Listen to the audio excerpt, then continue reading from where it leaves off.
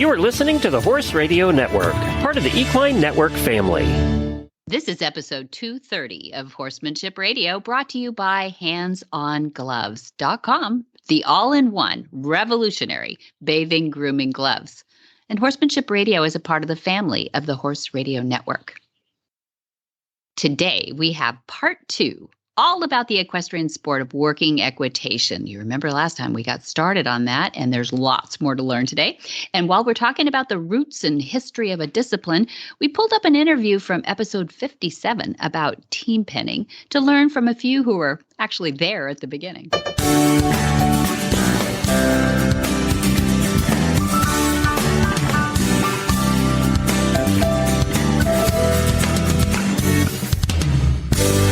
This is Debbie Laux, and you're listening to Horsemanship Radio. Thanks for joining us. Horsemanship Radio airs on the 1st and the 15th of the month, and I have my producer next to me. Jen, how are you today? I'm doing great. Rainy season has returned to Florida.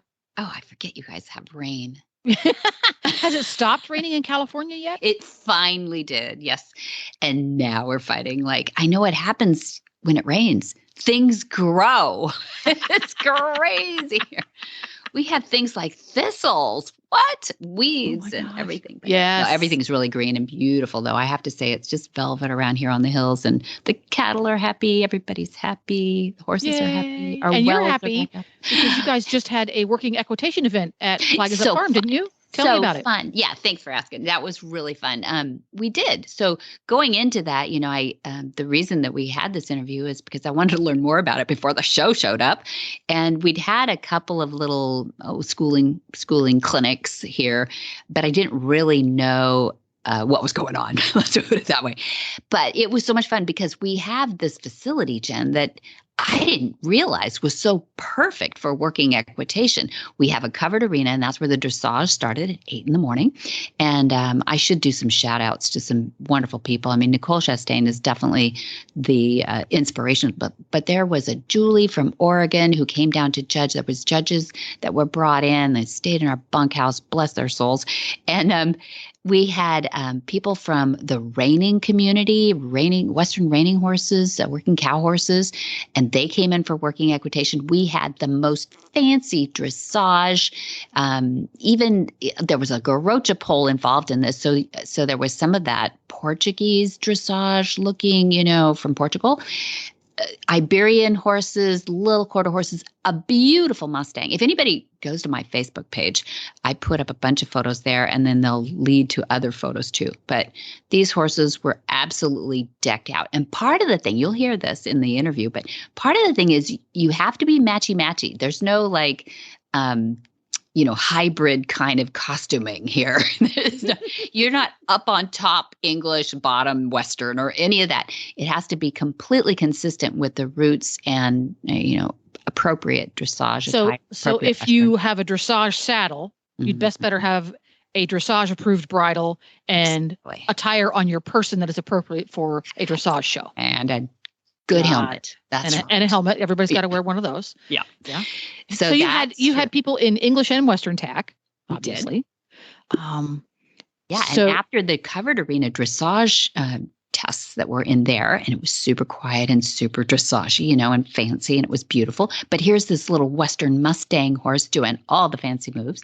Then we moved to the outdoor arena, which we have this, anybody who's been here, come visit too, come to the movement. Anybody who's been here knows we have this huge outdoor arena, and the cool thing, and I never even thought about, is you can really spread these obstacles out. So the next part are the obstacles. And this is where you can really see the different levels, at least to me, a layman watching this. You can see the different levels of work, from training wheels and a coach able to call out the next, obstacle and help the person through that's maybe going through their first show. And it's really cool, and everybody's positive and cheers everybody on. There's music on the speed at the end that everybody gets into and claps, and it's just a lot of fun. But at the highest level and the timed ones, I can't believe these little horses' legs getting around these obstacles. They know exactly what to do. They're just harmony would be the word that I would put on the top ones that were here too. It's really fun. It's fascinating to watch. The only high level I've ever seen of working equitation is on YouTube. Mm-hmm. And it's just like any discipline of riding, of equestrianism at the highest level is just jaw-dropping. Jaw-dropping. That's Absolutely. just the way it is. And then you have to work your way back down to the very beginning level for people like me who, okay, my horse is going to get close to the cardboard cutout of a cow. On a good day. He's going to put one foot on the pedestal. Yay, us!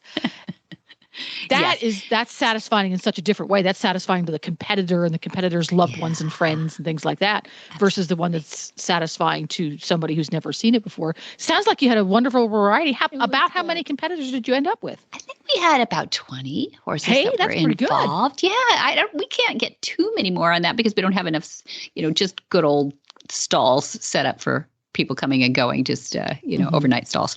So the rest of them are boarders and they're in there. So, but there were a lot of boarders that participated, which brave of them. A lot of them were brand new beginners, but they were game and all cheering each other on. It was really fun, really fun. And then the people who had never been on the farm before, because we hadn't had a lot of these. Now we want to have more.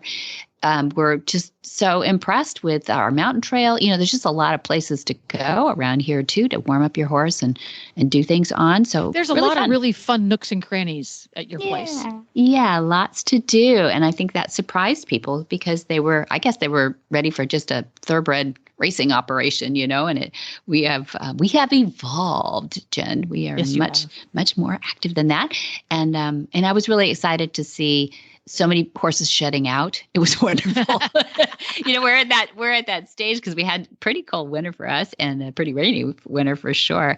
And so everybody was glad. This was actually delayed a month and a half, something like that, so that we had good weather and good looking horses for it too.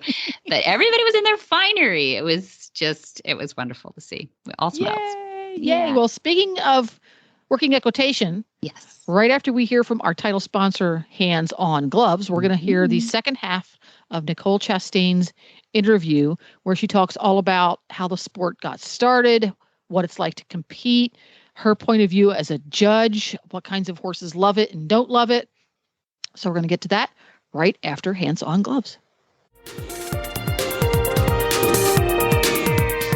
Well, I'm sitting here today with Jay Michelson of HandsOnGloves. And we were talking today about the horse that has sensitive skin, or the animal that has sensitive skin, Jay. And I wanted you to help me address that a little bit. I know you've got some features to your products, but I know you know more about it than I do. So what do you do? What do you say to the owner that has somebody with sensitive skin? Our gloves are made from surgical grade nitrile. So that makes them chemical resistant, mildew resistant, because you can bathe with them too. They're made to get wet. But across the board, there's no latex in them. So it's great for any animal, any people that have latex issues. There's no latex in it. They're just your hands. And if you have a thin-skinned horse or dog, they're cats, other animals, there are many animals that don't like to be touched in certain areas. But having the gloves on, it's just your hands. You get immediate feedback if you get to an area of that animal that is sensitive. And you can apply less pressure in those areas, and you can apply more pressure in the other areas. We have professional grooms that work from us. They groom for Olympians across the board, and these guys are phenomenal. And they did a study on mainly thoroughbreds, thin-skinned thoroughbreds, and they found out that most people are grooming too light. Oh, interesting. They're tickling the horses, and went in and applied just a little more pressure, and the horses loved it. And so that's kind of some of our experience with it. We have all kinds of animals and experience with that. I think you can throw these in the wash machine. Am I right? You can. Next time you bathe your animals with them, use the gloves. A little bit of soap suds up all the way. And what we do after we bathe our animals with them, we rinse them off, hang them out to dry, and they go back to new. You can throw them in the washing machine. Just don't put them in the dryer. And just throw them in the washing machine, hang them out to dry, and they go back to new. Well, Jay, how do people find out about you? HandsOnGloves.com. Nicole Chastain Price has achieved USDF bronze, silver, and gold medals and a USDF L graduate with distinction. Today, Nicole chats with us about the fast-growing discipline of working equitation and offers some interesting insights from a judge's point of view. Okay, so we were talking about what's needed to grow the sport, or talking about all the rules and the obstacles and stuff. And I think the most important resource is the trainers, because they're the ones that are out there to disseminate the information. And some of these local clubs, that are starting in areas, we have a lot of resources on the website for people to learn.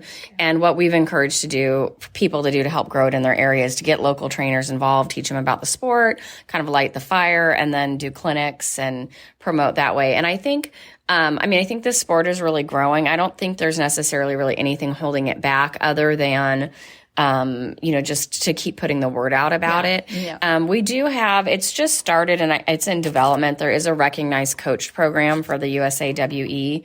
I would say a lot of our trainers and judges haven't participated in it yet, just because we're all busy doing other things. I mean, for example, I'm an S judge. In working equitation. So that's called a senior judge. We have 4 senior judges in the United States. And then we have large R judges, which is the step below small R judges. And then we have L graduates that are learner judges. And they're allowed to judge schooling shows. And then the small R, the large R, and the S judges are allowed to judge rated shows. There's different requirements. But I think, there's always different hats people wear. A really good judge is not necessarily a good trainer. A really good trainer isn't necessarily a really good judge. A really good rider is not necessarily a really good trainer. Sure. So, it's developing people within the sport for their skill set and then getting them involved with where they are.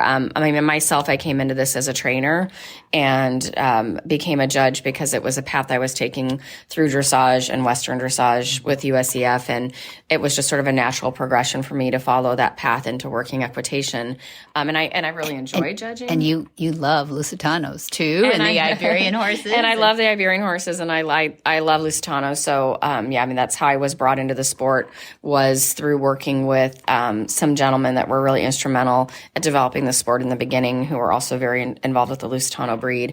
So I was involved with the sport really back from when it was not even called working equitation, and just stayed with it and followed it, and then bought my Lusitano in 2011 as a 2-year-old with the idea of doing this with him. And then since then, I've pretty much just been developing him as a dressage horse. But my goal was always to bring him back later after he's been more of an accomplished FEI horse and do the working ec.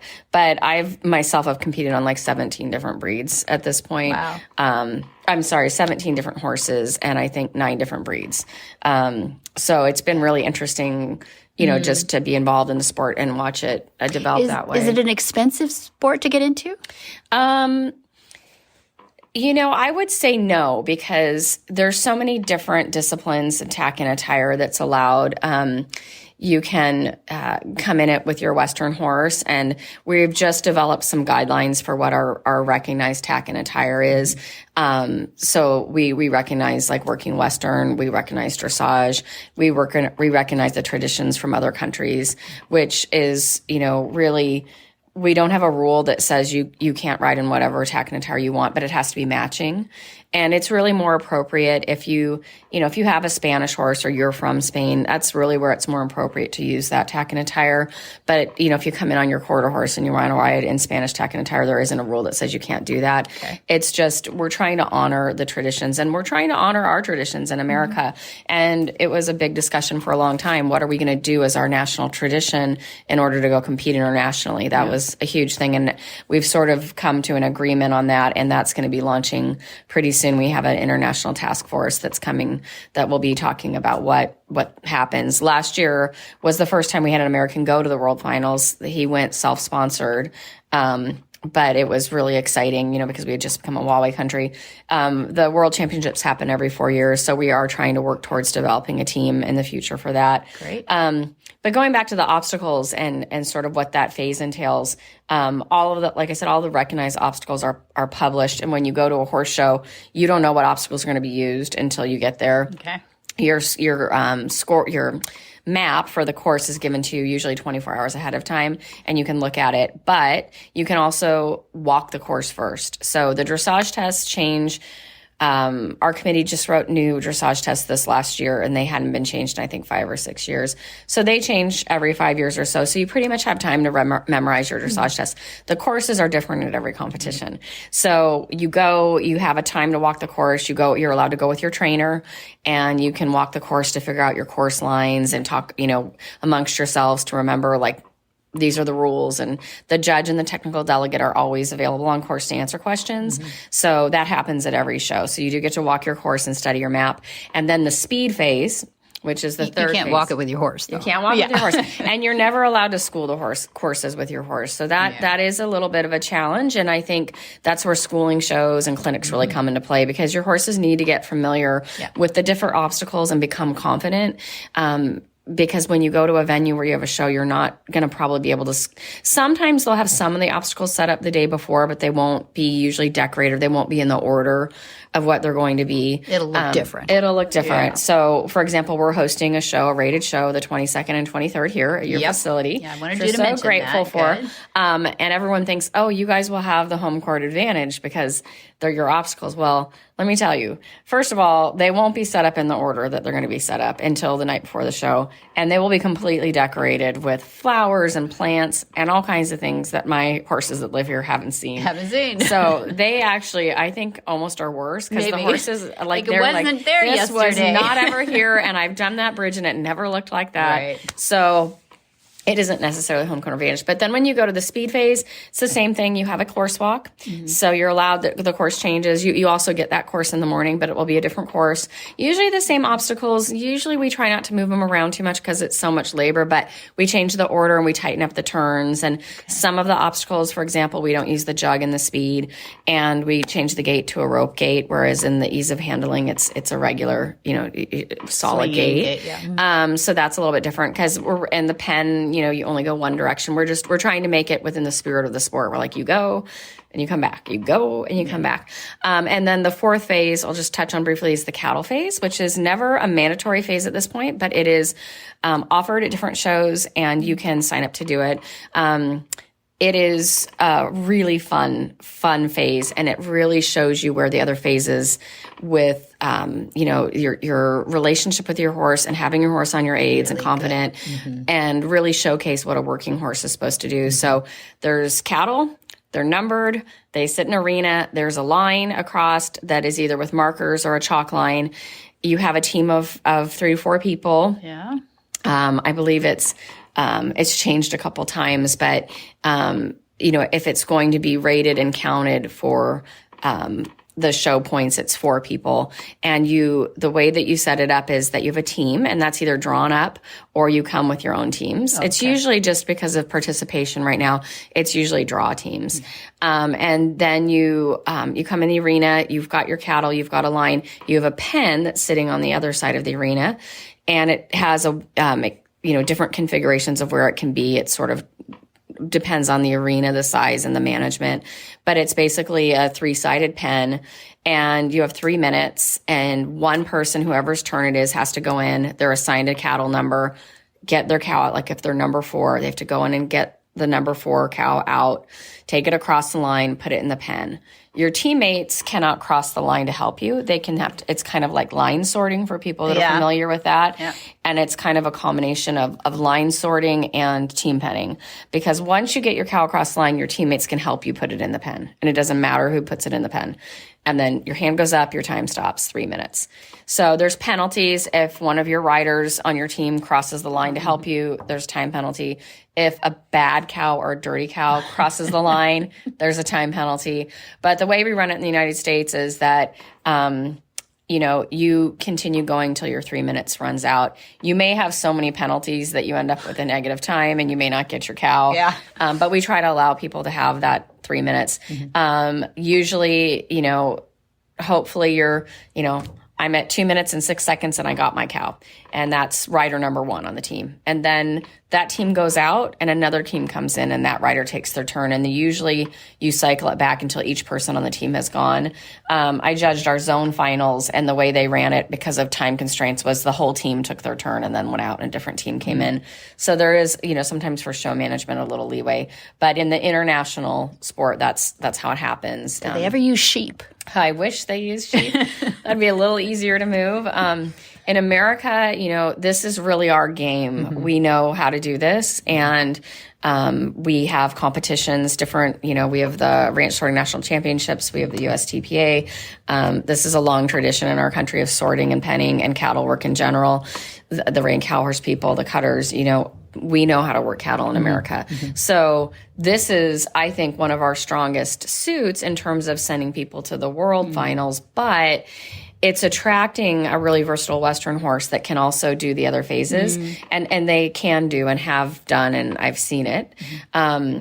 So it's sort of, when you watch the cattle phase in the world, they're using really big cattle. It's a really different sort of cattle than we're used to in the United States. Brahma-like, or they're like almost, I would say, more like dairy cattle. Like big.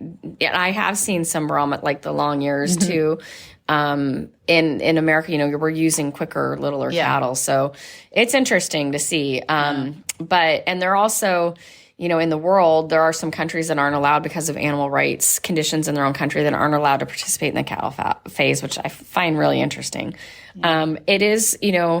It is based on time, but we really honor correct cattle handling. And when we teach the clinics, we try to teach slow is fast and position on cattle, position of your horse, using your basics of training to get it done. So, for example, I judged one of the Australian group's national championships in 2019? I think it was 2018 or 2019. And the team that won in the cattle phase was a dressage team. Of ladies, but their horses were so on their aids. I for sure thought it was going to be, the Australian stock horse. Yeah, they were actually a lot of them on Australian stock horses, but they were dressage riders, and they won it because their horses were like on it and they know how to play the game, and they were really great. So it's really it's just a super super fun sport with those four phases, and at the end of the day, it's your average and how you placed in all four phases. The cattle trial is separated out, so if you go to a show and you participate in the cattle trial, it doesn't count for your show's overall standings. They place that separately, just because, again, not everyone does it. But in America, in our normal shows, when you have your three phases, you get placed in each phase, and then overall, that's how you take your winner. So you can have someone win the dressage phase and DQ on the ease of handling, and be second the speed, and no one that DQs can finish above someone that finished all phases. So it's really kind of like, it's a little like eventing, sort of, in the sense that it's not over till it's over. And you have horses that have really strong strengths. And obviously coming to this from, I have a Western background, but I primarily have been a dressage trainer. I'm 51. My whole life I've been doing dressage horses. So I come at it with a dressage background. And when I first started the sport, I took two horses that had come in through my husband's program. My husband does Brad Price. He does. He was a cutting horse trainer, and then got really into sorting and just starting horses and putting really good foundations on them. And he's actually shown some Western dressage, and he's actually shown some working equitation, which has been really fun for him. But I actually took two horses that had come in through his program and turned them into working eq horses. And those horses were some of the first horses. The first horses I showed in Western tack. I had a Morgan and two quarter horses, and they did really well. And then I thought, okay, well, I really want to try this with the dressage horses. But, I didn't want to take the horses that were really the fancy dressage horses because, they just didn't really have a background in this. So I took some of the horses that I had in my program that weren't necessarily going to be, in California showing as an open rider and some of the big dressage shows. You really have to have some really nice horses to be competitive at this point in our sport, just to be frank. I still think dressage is great for all breeds, and I do it on all breeds and I encourage it. But, as an open rider being judged out in California in some of these big shows, you have to have something that moves fairly well to be scoring what you need to be scoring to be placing. So I took some of the horses that came into my training program that had come with, no owner expectations. They just wanted them to be in my program. I have a very holistic, sort of well-rounded horse program. And they just, wanted to do that with their horses. They didn't necessarily want to show, but they wanted their horses to have some kind of an education. So, I had an Andalusian, I had a off-the-track thoroughbred, I had a Frisian Dutch warmblood cross, I had a purebred Arabian, from the very inbred Arabian programs, a Morgan, some quarter horses. And, it was a really, It's a Noah's Ark. it was, horses. yeah, a lot of different ones. And I found that they all really excelled in the sport for different reasons. That's great. It all played to different strengths that they had. And my point in this was that when I went to compete these horses in 2019, we had it was called a North American Championships, because at that time we had a couple different organizations still, and we couldn't really have a national championship, but we had what was called the North American Championship. We had people from Canada and Australia, that were allowed to come, and some did, some didn't. But anyway, we kind of got around from, actually, I'm sorry, the Australians weren't allowed because it was North American. Right. But I will touch on that. We've had some what's called cross-national cups where the Canadians and Australians and Americans all play together. Yeah. So we've had those in Canada, US, and Australia. So we've made really good friends with those countries because they've kind of struggled with the same challenges that we have, which is really big countries with a lot of different cultural traditions and histories. So we've kind of grown up together and helping each other with our national books, our national rule books. But anyway, going back to the speed, when we had our 2019 finals, just speaking from my own personal experience, I had a quarter horse, an Arabian, the Frisian Dutch Warmblood Paint Cross, and the Purebred Andalusian at the championships. I had all four of them qualify. The little quarter horse was mine, and it's one that I got from my husband's program that was completely cutting bred. He's a highbrow cat, line horse. His sire is Atticat, and his dam was the Pacific Coast Futurity winners, the cutters. I mean, purely cutting horse bred. Yeah. And I ended up pulling him after the dressage phase because I'd just taken him barefoot, and he just felt a little not himself. Not really sore. He passed the jog, but just a little funny. But as a horsewoman, I always want to honor my horses. So even though he was my horse and I worked really hard to get him there, I pulled him off the dressage phase, and he's the one that really excels in the speed because you can go really fast with him because he's got low to the ground hocks and a big butt, and it doesn't upset him either. He can really go and come back, and he doesn't get hot. He's like, we're doing this, So that was kind of a bummer because he's really a cute little working eck horse. But when I went to do the other horses, I was tied in 2 levels in first place going into the speed because I had one dressage on one and one ease of handling on the other, and the other 2 had opposite. And the other 2 horses I was competing with were actual Mustangs that were ridden in Western tack with really good trainers that had done beautiful jobs with these horses. They're lovely. That's awesome. Lovely horses. And even though I had horses that I thought were lovely and had done well in dressage, like to the 70% range in their levels, I knew going into the speed, I was going to have to really bring it to beat those gals. And I don't want to say I went in defeatist, but I kind of just went in and went, I have to ride this course for how it works for my horses on this day. And those were both horses that weren't particularly great at speed. One was huge, so it's hard for her to go fast and tight. And the other one lacked a little confidence. So if you went too fast with him, he'd start getting worried. So I did my best with them, but I knew in my heart those girls were going to win. So I ended up reserved to them. I was very happy to end up reserved to them. Yeah, that's and that's a really good example of how it's not the price tag of the horse. Right. Or even necessarily the overall quality. It's the training, and it's being able to do all 3 phases and do it really well. Nice. And again, those horses were ridden by trainers, and they were ridden really well. I was in the open division, but I've oftentimes had amateurs that I've seen score higher than the open riders. We've had a strong youth program. We really support our youth and really encouraging our youth to come. And we try to, pin the amateurs and the youth and the open riders separately, but sometimes the shows are small and they have to pin together. And it's actually because the horse quality is, and also a lot of our trainers are, like for me, I always was showing clients' horses. I only showed my own little quarter horse and my own Lusitano stallion a couple times. Mostly I showed clients' horses. And that's what you see in the trainers. They're mostly developing horses. So you'll see the amateurs be very competitive in this sport. And I imagine anything where you can, if you've got a good working horse. That's what I love about what you've said today is I didn't realize its roots were so much in the working horse. The actual definition of the sport is to honor the working traditions of each country, and that means the working horses. So I think people, because we have dressage in the name, I think people think maybe, and it's also, it is dressage training based because it comes from, the Iberian Peninsula and the European traditions, which were all with dressage tradition. Absolutely. It's all goes back classical 400 years. And military traditions of dressage and how you have your horse on your aids. But In a working horse in America, I'm seeing the shift change more and more with even with the Western disciplines, realizing that dressage, suppling exercises and gymnasticizing, and connection can really help your horse. So for example, just to really broadly cover this, if you have a horse that comes in dressage tack and you have a horse that comes in Western tack, we're looking for the same things from those two horses. Okay. We want them to be connected. So we don't want tight reins or held or forced frames, but we want the horses to be over their backs, connected, keeping their poles the, highest point. We want the horses reaching out to the vertical. We don't want horses cranked in on their necks. We don't want mouth problems and gaping mouths. But if you watch a quarter horse come in versus my 14 two-hand cutting bred quarter horse versus my 16 one-hand, Lusitano, who's an APSL licensed stallion and is schooling the FEI versus the Arabian. Yeah.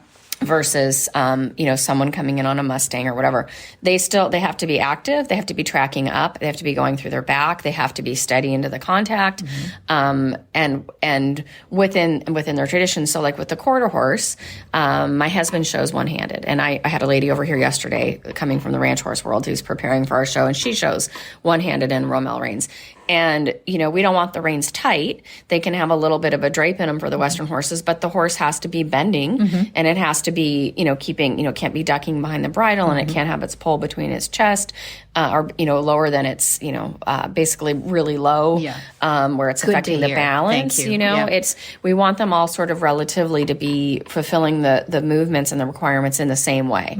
And then knowing that they're going to look different. So I have to say as a judge, it's a very difficult sport to judge because in dressage you have one thing, in Western dressage you have different breeds, but in this you have different breeds and different disciplines. So it is tricky to just kind of develop your eye a little bit, but it is really, really fun to see the different people, and it's really fun to see, really well-trained, really harmonious rides on all different horses. You had a clinic, a little bit of a schooling clinic here, and I saw what I really love to see, which was a lot of giggles and smiles and people just enjoying learning from you, seeing it at an advanced level too, because you did have some people out there who really knew what they were doing, and then some people who said, "Don't laugh at me now." And we're laughing with you. And one of the things that's challenging, and I think this is where the trainers and the content needs to get out is, a lot of people complain. I was just looking at a Facebook thread the other day, and, one of them was saying, well, it needs to be made easier for the lower levels so that we don't spend all this money and go to the horse shows and DQ and go home. So one thing I want to clarify is that at almost all of our national level rated shows, if you disqualify, you're allowed to complete your course. You've paid your money. You're on course. We want to see you compete and complete your course. Sure. And we always tell you why you DQ so that you learn from it. Right. And it's generally, we want our judges, when you disqualify, to ring the bell and stop you and to come in and tell you why. Also, so that the people watching don't see you do something that's going to disqualify you and then they think it's okay. Yeah. So it kind of stops. And then it's a learning process. Always. And then you go back out and you finish your course. I continue scoring people. Great. So that then they get their score sheet at the end too. That's wonderful. And so it's still very informational. And we have different levels. All the levels build on each other. We've created purpose of the levels too. So it's like on our dressage tests, it's very clear at intro, this is what we're looking for. And, really briefly, I'll run over intro is our basic level. Then we have novice A. So we have level 1 is intro, level 2 is novice A, level 3 is novice B, level 4 is intermediate A, level 5 is advanced. Level 5 is intermediate B, level 6 is advanced. And then level 7 is the masters, and that's the international. Right. And at any level, you can ride one-handed. In the lower levels, underneath advanced, you can ride two-handed. But when you get to advanced and masters, you now have to ride one-handed. Okay. So that's another thing that sort of differentiates our sport from the English.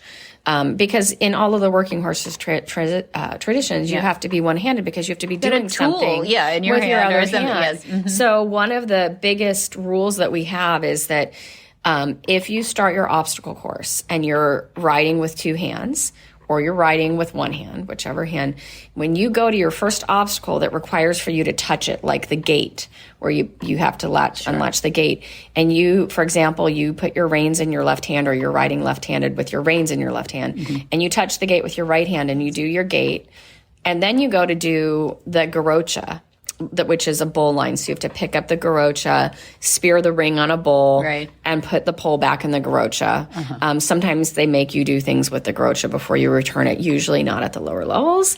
We discourage that, but at the higher levels they do. Let's say you went to the garrocha and you picked it up with your left hand. You're immediately disqualified for switching hands. Because you switched hands. So that's like one of the rules we're known for. However, let's say you're on the ease of handling course and you make a mistake and you don't complete the obstacle correctly, and you leave that obstacle. You haven't switched hands or done anything to disqualify yourself. Yes. But you leave the obstacle and you realize before you start the next obstacle that you messed it up. You can go back and redo it. Okay. You'll There's get do-overs. Okay. an insufficient mark, which is a 4 or lower is insufficient. But you won't disqualify yourself. So you can go on and go, oh my gosh, and fix it. Another rule that we have, and I don't love this. I don't do this as a trainer. As a judge, I have no judgment on it because it's allowed. But someone from the outside can yell at you. So let's say you went to number 3, which is the 3 barrels. They're called the 3 drums. And you went the wrong way around one barrel, which sometimes people do and they get lost. And they go out. And number 4 is the garrocha pole. Before you start that garrocha pole, someone from the outside could go redo 3, and you'll get a 10-point penalty for outside assistance, but you won't get disqualified because it's coaching. It is a rule. I don't know if that will change in the future, but that rule right now is allowed. That's probably a good rule. It's also an outside, it's same in speed. Someone can yell at you and you'll get a 10-second penalty. But at the higher levels, there's no outside assistance. I would imagine at the very higher level. At the higher level. And most of the time, because you can really mess someone up if you give them outside assistance.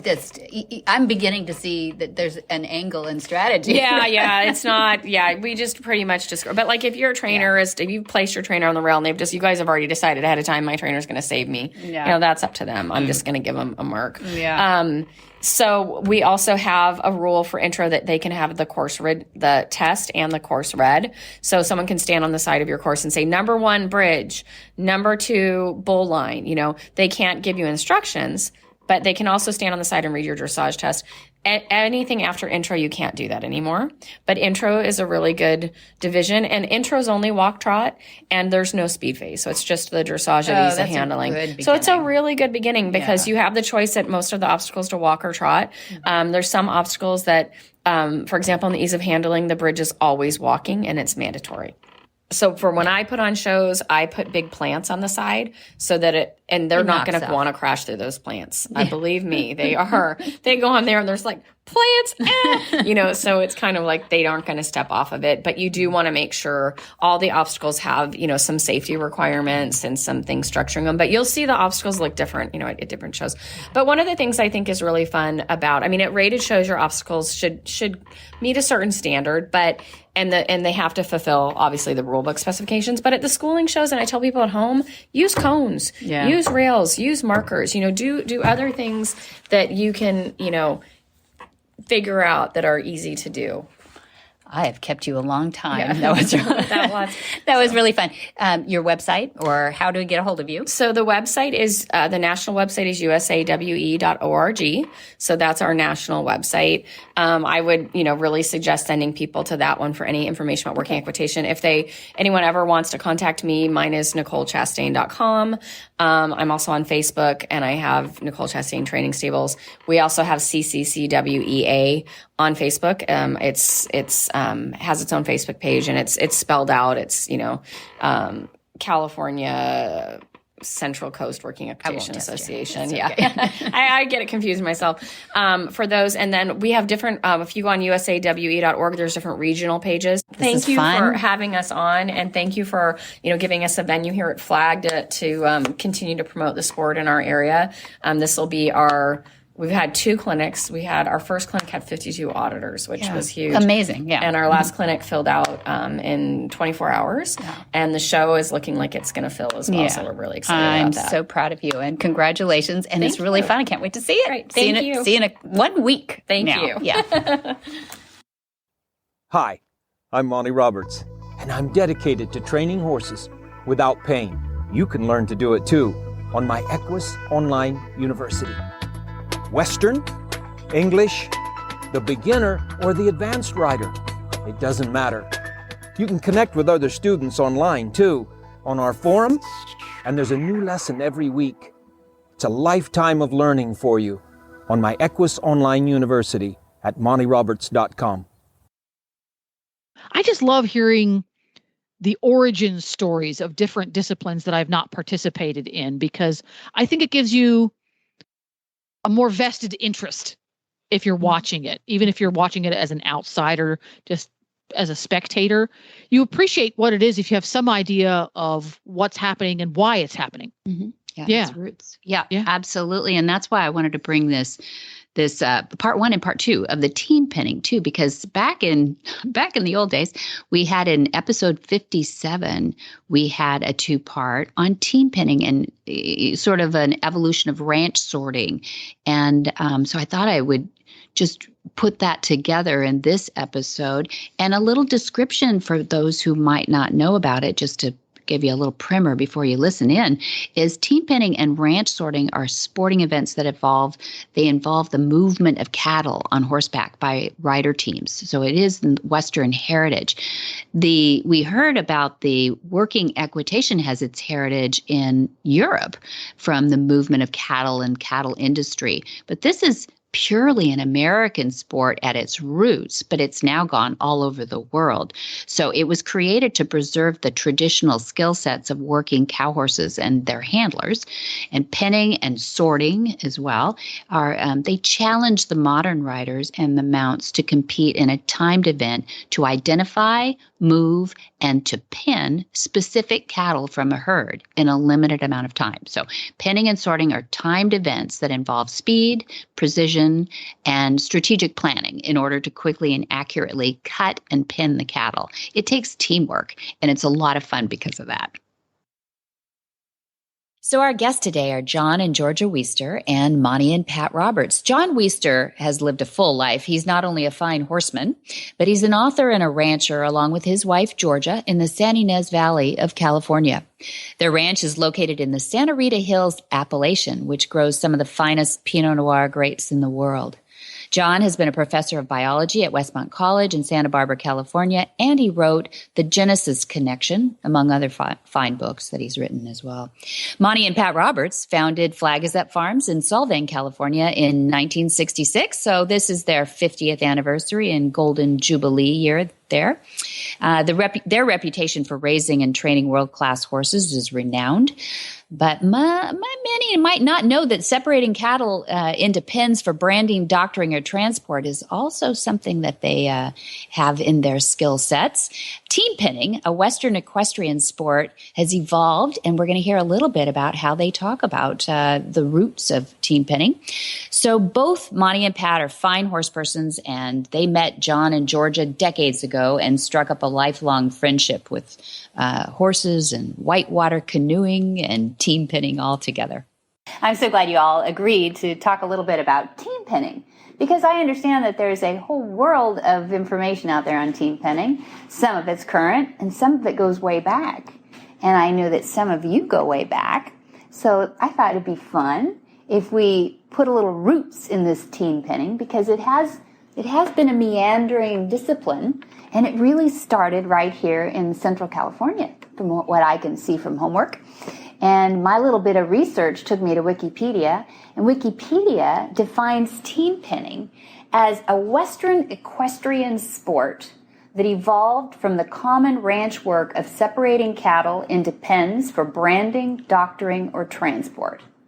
And I have with me 2 couples, and I'm going to introduce each one of them. I want you to say hi so that they know that you're out here and alive. I've got Pat Roberts with me. Hi there. I've got Georgia Wiester. Greetings. And Georgia's going to tell us a little bit about, she wasn't Georgia Wiester when she first found out about this team pinning thing. And I've got John Wiester. Hello there. Hi. New Year. Thank you. Happy New Year. And we've got Monty Roberts. Present. Yes. Accounted for. Good.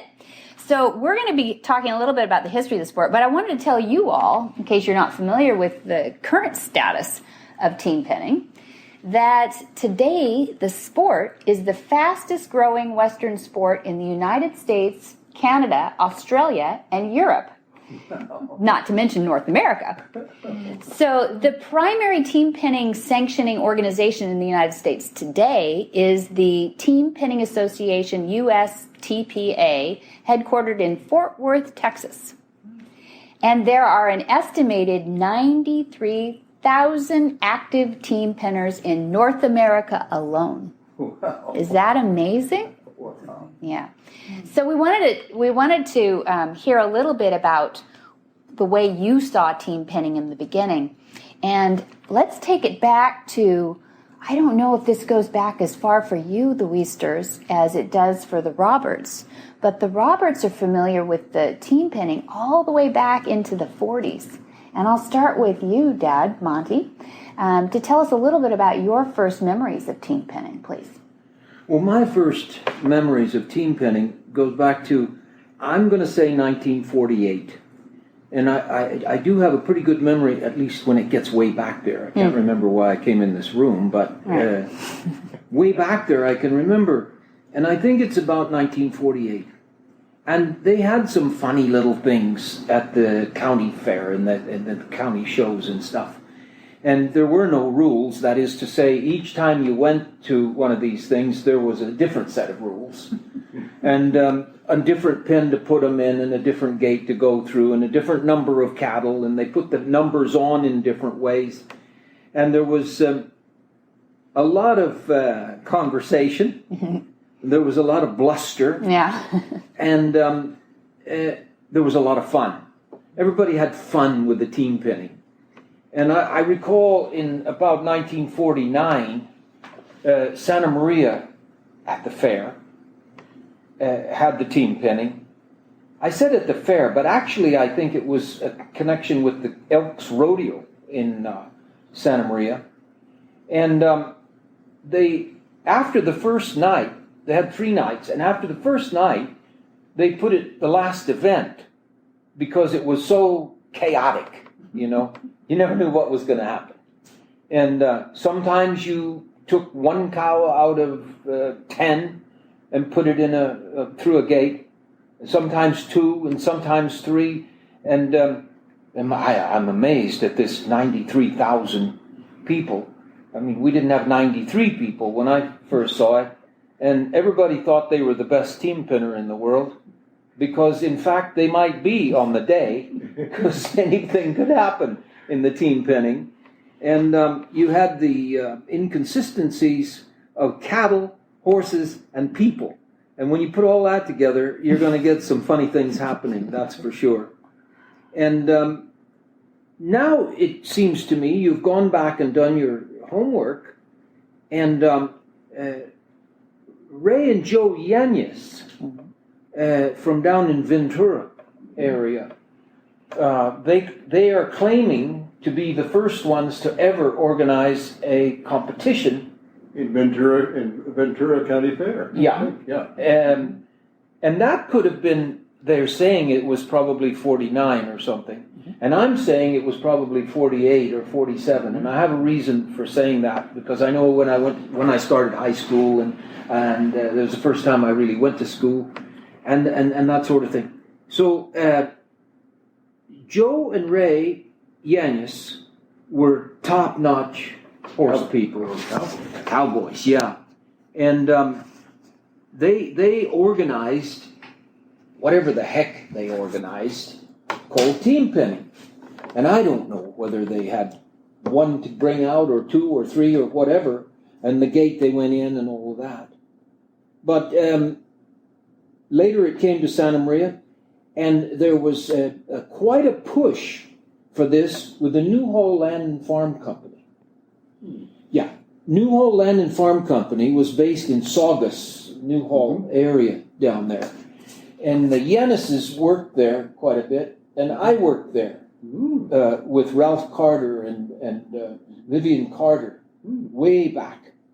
And we gathered cattle there in those pens near Newhall, which is now something Seven Flags Six Flags. amusement park or something like that. Right.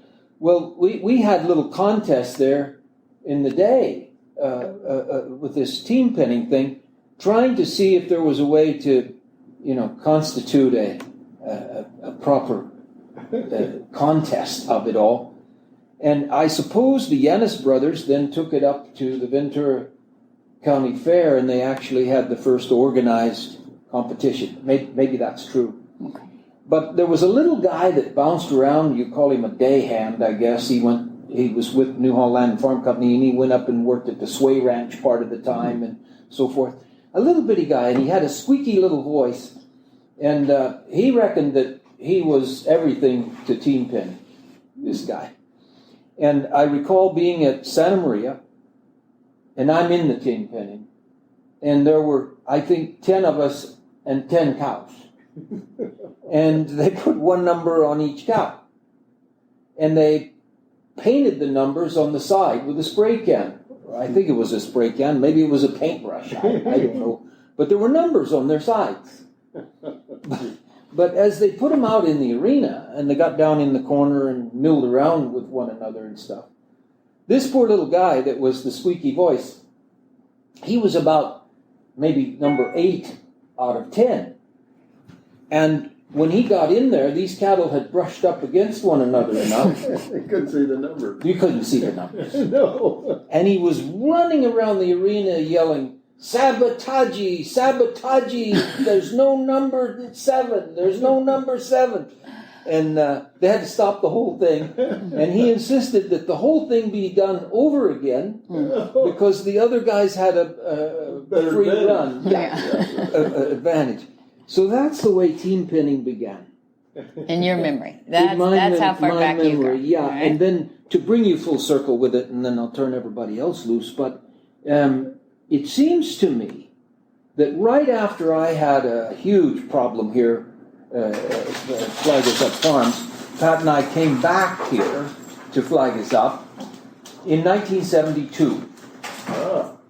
And right after coming back here in 72, it seems to me, if my mind works properly, that there were 2 people who were more cerebral about this business than I ever was. But we have a beautiful covered arena here. Oh, yes. And I had cattle here Yes. for the cutting horses. And we started fooling around down here in this covered arena. And we made a little pen out of some portable panels or something. And John Weister and Jack Algio, Yeah. they were my brain trust. Yeah. And they would come over. Well, Algio had cattle here I had a 1,600 head feedlot here. And Algio was doing all of his nutritional experiments here. And so that pushed you over here, John Weister, to bring your horse and come over here, and we would get in there and fiddle around.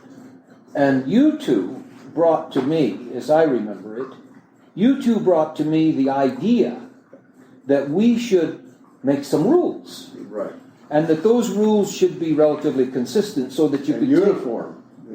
so that you could take it from town to town. That's right. And kind of know what you were going to do when you got there. Right. Because the rest of it was utterly chaotic. Well, that seemed to me to be fair, and I had stopped my competitive life in the show ring in 1968 or 69. So I was ready to just have fun. Right. And I had some horses that would look at a cow and do some things. So that was good. And you guys started, as I remember it, Algio and Weister really started drawing on paper and doing things and coming up with ideas. You know, the 30 head, 3 head per team, 3 people on the team. crossing the line. Crossing, well, I think the line came later. There we go, okay. Because I think we blew it a bunch of times and had the herd going everywhere. And then Where do you put the team? Where do you put the pen? Do you have it next to where the do you rail? put the pin next to the rail? How many feet off? Yeah, right. And all that stuff was evolving. Mm-hmm. Yeah? And along comes a great big blustery guy with the bigger belly than he should have had to be riding a horse, called Vince Evans. And Vince Evans owned Pea Soup Anderson's. Mm-hmm. And he sat down here in my covered arena and laughed his big old belly off. He did. He just roared with the fun of it all. And he said, you know what we ought to do, if you want to get this thing known, you want people talking about it, you want it to come to the front and actually be a contest, we should start out by having a world championship team pin. Well, now, wait a minute. We didn't even have, a pot or a window. A world championship team pinning. Yeah, well, Vince thought that way, didn't he? He did. He did. Big thinker. Yeah, big thinker. And he put up the money, too. And he put up the money to make it happen. Need those guys. Yeah, You right. need those. Yeah, and so then Bacon went to somebody, John Bacon up here went to somebody about the San Marcos camp. Oh, yeah. And we decided that the San Marcos camp would be a great spot, which it was. Yeah. Because they could camp People out. to camp out. Yeah. They could camp out. They didn't bother anybody. You could run the cattle trucks in there and out of there and everything. It was fantastic. It's about 15 miles, 20 miles to the east of San Ynez there, Solvang. And it's in a very rural setting with a good arena. Oh, great arena. And everything was there. And so we had the first World Championship team pinning, I'm going to say it was 1975. And we had probably, I don't know, Gene Rambo was in there. Well, guys came all the way from Wyoming. Yeah. We had Yeah. maybe 30, 40 teams, which is 100 riders, roughly. 100 riders in the thing. We had a Calcutta pool. Big Calcutta pool. Yeah, that we did, and we had the first World Championship team pinning. I remember so clearly that I got the FFA, Future Farmers of America, to make tri-tip sandwiches to sell there to benefit the FFA. Right. And some guy came along that was considered himself a team pinner. There were no team pinners yet, but he was an important guy to himself anyway. And he asked how much those sandwiches were. And those kids said they're $3. And he said, I wasn't looking to buy a cow. $3 for a sandwich? Well, he got really angry. And he wanted to take us to court and stuff for charging $3 for a beautiful barbecued tri-tip sandwich. And it really turned me off. I thought, here we are out here having fun, and somebody's complaining about buying a sandwich. But anyway, those are the kind of memories that come back. We had live music. We had a dance. We had a big dance afterwards. Yeah. Sure. And It's the only way to keep the women around, apparently, Well, back then. No, we were competing. We were there. Oh, there you go, Georgia. the women were Okay. competing, too. Good. Oh yeah. In fact, the Davis boys with their wife, Jan and Gary and Bobby Kay. Bobby Kay Davis. Oh, yeah. She was a tough team pinner right from the first year we had it. And I know that I bought Gene Rambo in the Calcutta, and he didn't win anything. And he was my hero. I can remember one of the funniest things from that thing was two guys got in a fight over a woman. And I think it was you, Monty. Well, put him in the arena, we'll Calcutta him. Oh, that figures. That figures. Well, that's kind of the end of me, because somehow they made me president of it for a while, and I was trying to help make things happen. But the real shakers and movers in this were Aljo Weister and Vince Evans. And we started in my covered arena, and we did the thing, and I helped what I could. But really, that was the brain trust that started the team penning. And then we had people that had different ideas about it, and they broke off and made other organizations and stuff. And the last thing I have to say on it is that some 30 years later or 40 years later, I was doing one of my shows near Rome in Italy. And it was at a big fairgrounds there. And the fairgrounds had various events going on the weekend. And I noticed there's a bunch of horses all tied down the fence over there with Western saddles on. And the people riding around looking like they were from Elko, Nevada. And so I walked down there thinking, I got to find out what's going on here. Wow. And so I went up to some young lady who was riding by on her horse, and I said, "What's happening here?" And she said, "Oh, it's the Italian National Team Penning Championship." Whoa, you are kidding. I said, "What are you talking about? Where did you hear about team Italian penning?" National Team Penning Championship? Yeah. I said, "Where do you hear about team penning?" Oh, she said, "We've been team penning here now for 5 years," or whatever it was, something like that, And I said, "Well, for crying out loud, whoever dreamed up this thing, team penning?" Oh, she said, "It came from the American Quarter Horse Association." I said, "Really?" She said, "Yes." And I said, "Well, you tell, is the president of your organization here?" She said, "Yes." "You tell him to come and talk to me, because he needs some information." So the president and I got to know one another, and I explained to him some of the early days of the team penning. And what happened was that the American Quarter Horse Association, in the early 80s, they were looking for an event possibly for the quarter horses. Yeah. Sure. And somebody was there from Italy when they were testing out some of these things in the quarter horse shows, took the idea back to Italy, took the rules, your rules. Oh, God. Who was the brain trust? Did you come up with more rules than Aljo, or did Aljo come up with more rules? That's hard to say. Yeah. That's hard to say. But you two were the ones really coming up with the rules. That's right, because we had to make them uniform. It was crazy. Yeah. The way it was. And you mentioned earlier this line across the middle of the arena. Well, the foul line. Yeah, the foul line. Well, and the start line too. And that's the start line. That's when the time started too. Yeah. And you had to decide how many cows would be allowed to go over it before you eliminated the Right. team. I think we might have started out with 2 and then pulled it back to 1.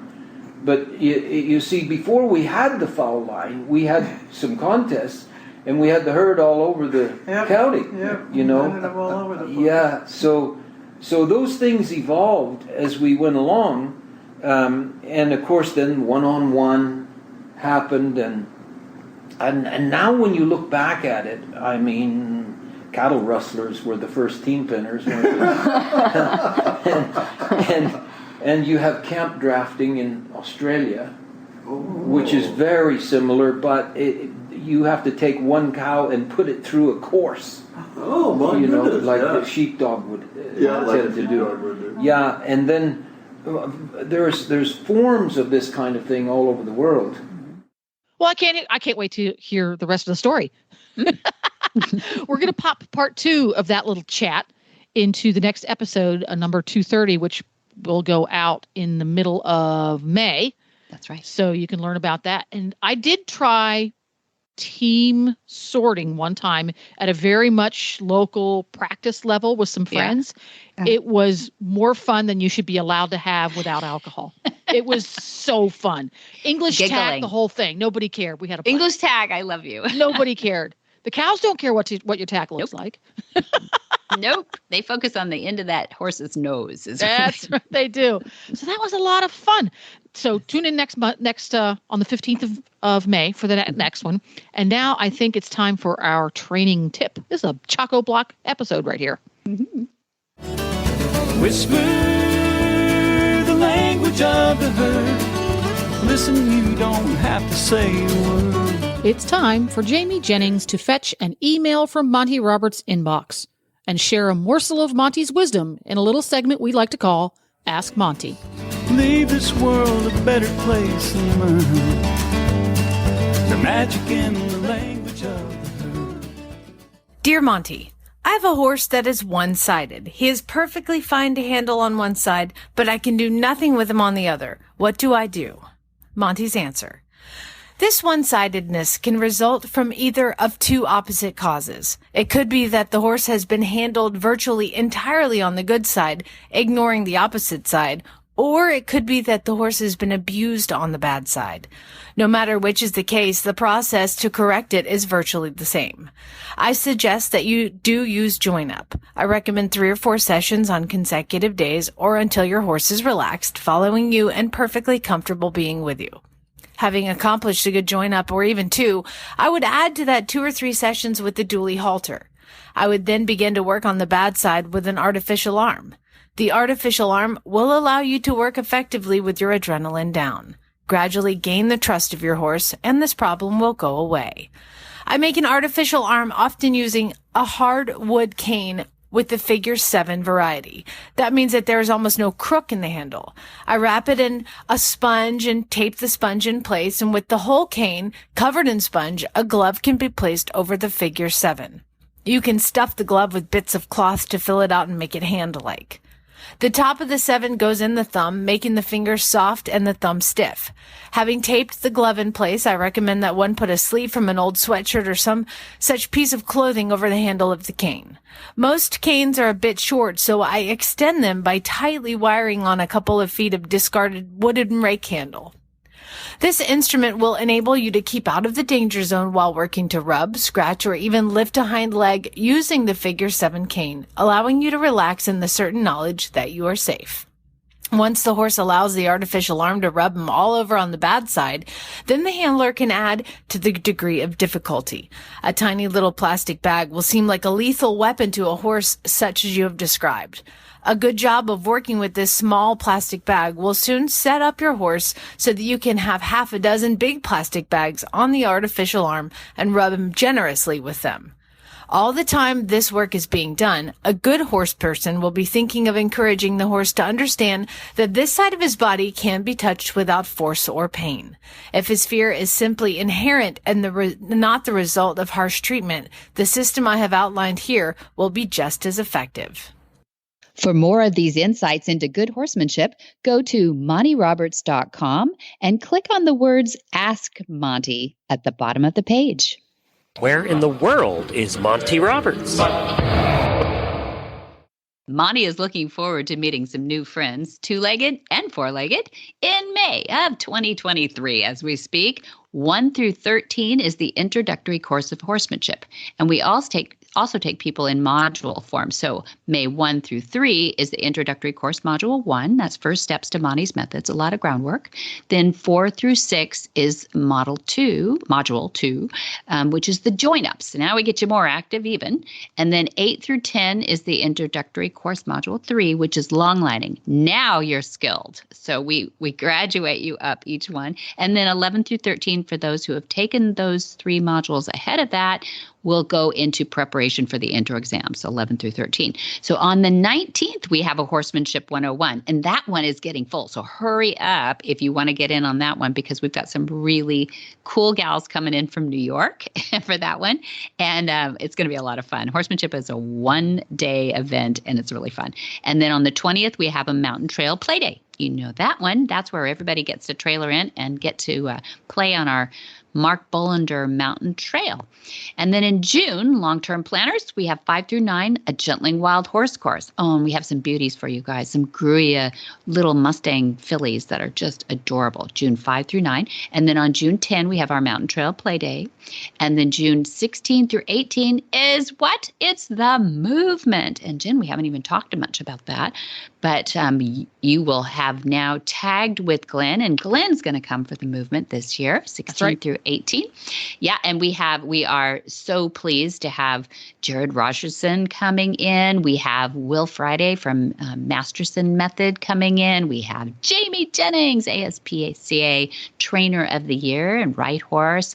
We have some just genius, brilliant. We have Manjeev Chaudhary coming in from India. I'll have to talk to you later about that one too. Our certified instructor, amazing man, very zen. He's a really cool guy. So it's going to be a lot of fun. And I got to thank Jay Michelson from HandsOnGloves too for doing so much for us, not only for the podcast, but for events like the movement too. He's just a cool guy and a really cool product that we all use. So, and we've got maybe a mini involved in this named Poppy, could be making appearances.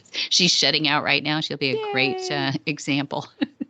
And then July, if we're not exhausted, we're going to do July. And in July 8th, we're going to have the Mountain Trail Play Day. And 10 through 14 is Monty's special training. So we do those because we also have so many horses that want to come here and get either trained, started, or fixed by Monty.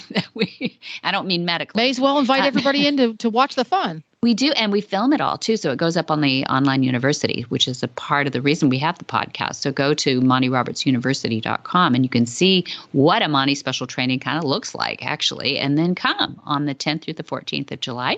And then on the 15th, we have another Horsemanship 101. That's like the girlfriend's weekend, mother-daughter, father-daughter kind of day here. And you just get a primer of all the fun things we do and join up and working with horses from the ground. And then 31st of July through August 4th is a Gentling Wild Horse course. And we're getting those from a place called Return to Freedom. And Netta DeMaio has been working with wild horses for generations, I think. And so we're really privileged to work with them and honored to be able to gentle some of those wild horses. Yahoo! And you can find all of that and more. There's one place where you can find everything Monty Roberts, everything Join Up, everything the movement. Just go to MontyRoberts.com. And from there, you're going to find everything else you need to have. If you're not big on computers, you just give them a call on the phone, 805-688-6288. And by the way, if you can't remember that phone number, go to MontyRoberts.com. And 805-688-6288 will be found there. That's true. And for details about today's show, go to horsemanshipradio.com or MontyRoberts.com. The podcasts are also there for today's links to guests and topics. And we love your feedback. If you would like to follow Monty Roberts on social, on Facebook, it's Monty Roberts, the one with the little blue check mark. And on Twitter as well as Instagram, it's Monty_Robert. That's a great place to interact with Debbie and everybody in the big team there at MontyRoberts.com. Thanks. Yeah. And many thanks to our sponsors, too. That's who makes it happen. That's HandsOnGloves.com and MontyRobertsUniversity.com. And be sure to visit all the other great shows, too, on the Horse Radio Network at www.horseradionetwork.com. Until next time, have many happy horse hours.